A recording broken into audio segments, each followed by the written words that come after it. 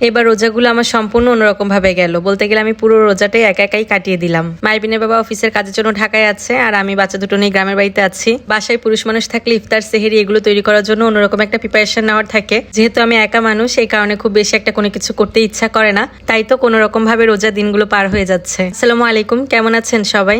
আশা করছি কাছে দূরে যে যেখান থেকে আমার ভিডিওটা দেখছেন সবাইকে আল্লাহ পাক ভালো রেখেছেন। আমরাও আল্লাহর রহমতে আলহামদুলিল্লাহ ভালোই আছি। আজকের ভিডিওটা দুপুর থেকে শুরু করেছি, দুপুরবেলা রান্নাবান্না দিয়ে। আমার ছেলেটার প্রতিদিনের বায়না থাকে যে চিকেন খাবে, তো প্রতিদিন হচ্ছে মুরগির মাংস একভাবে রান্না করে দিতে আমার ভালো লাগে না। প্রথমত প্রতিদিন চিকেন কিভাবে খাই সেটাই হচ্ছে আমার কথা, তার উপর চিকেনটা একভাবে রান্না করে দিলে একঘেয়েমি চলে আসে। এই কারণে আজকে ভাবলাম একটু চিকেন রোস্ট তৈরি করে দেই। সকালবেলায় আমাদের পালের একটা মুরগি জবাই করে দিয়েছি। মুরগি না মোরগ ছিল ঠিক আমার খেয়াল নেই, কিন্তু মাশাআল্লাহ বেশ ভালোই বড় হয়েছিল। চিকেনের পিসগুলো দেখেই নিশ্চয়ই বুঝতে পেরেছেন। তো চিকেনের পিসগুলো আমি একটু লবণ দিয়ে ভেজে নিয়েছি, আর এখন হচ্ছে মশলাটা কষিয়ে নিব। আমি ব্লেন্ডারে জারে কয়েকটা কাজু বাদাম, কিছুটা পেঁয়াজ বেরেস্তা আর 2-3 চামচের মতো মিষ্টি দই দিয়ে ব্লেন্ড করে নিয়েছি। তার আগে কিন্তু পেঁয়াজটা একটু লাল লাল করে ভেজে নিয়ে তারপরে আদা রসুন বাটা দিয়ে দিয়েছিলাম। তো সেটা দিয়ে কষানোর পরেই আমি হচ্ছে ওই মশলাটা দিয়ে দিয়েছি। রোস্টের রান্নায় কিন্তু টক দই দেওয়ার থেকে কিন্তু মিষ্টি দইটা দিলে বেশি মজা লাগে। টক দইটা সবসময় ফ্রিজে থাকে, বাট মিষ্টি দইটা সবসময় থাকে না।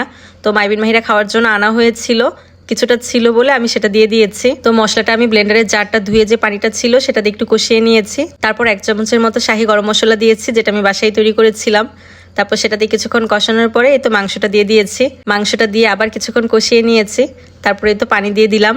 আজকে রান্নায় আমি কোনো লিকুইড দুধ ব্যবহার করিনি, গুঁড়া দুধটাই দিলাম। আর এই পর্যায়ে আমি কয়েকটা কিশমিশ দিয়ে দিয়েছি। কিশমিশটা আমার মাইবিনের আবার খুব বেশি পছন্দ।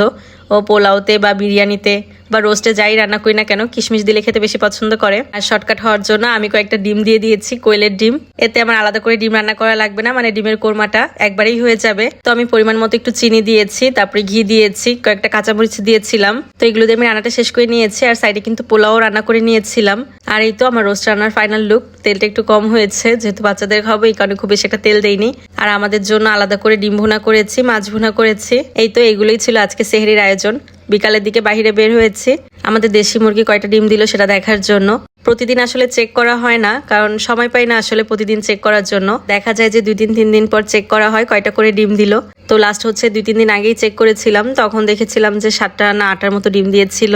আজকে আবার দেখলাম 11টার মতো ডিম দিয়েছে। তো আমি 10টা ডিম ঘরে নিয়ে যাব, আর একটা ডিম রেখে যাব। বাড়িতে আসার পর প্রথম দিকে হচ্ছে ডিম কিনে খেয়েছি, মানে মুরগির ডিমগুলো। মাইবিন মাহিরাকে মুরগির ডিমই সাধারণত খাওয়ানো হয়। তো আল্লাহর রহমতে এখন আর মুরগির ডিম কিনে খাওয়াতে হবে না। 3টা মুরগি মাশাআল্লাহ আমাদের প্রতিদিনই ডিম দিচ্ছে। তো একটা ডিম রেখে আসার কারণ হচ্ছে ওরা যাতে ঠিক রাখতে পারে যে ওখানে ওদের ডিম পাড়তে হবে। ডিম দেখলে ওরা আর এদিকে ওদিকে ডিম পারবে না, ওখানেই ডিম পারবে। এই কারণে একটা ডিম রেখে আসা হয়েছে। এই মুরগিগুলো কিন্তু একদম বাচ্চা অবস্থায় কিনেছিলাম, সেগুলো বড় হয়েছে, এখন ডিম পাড়া দিচ্ছে।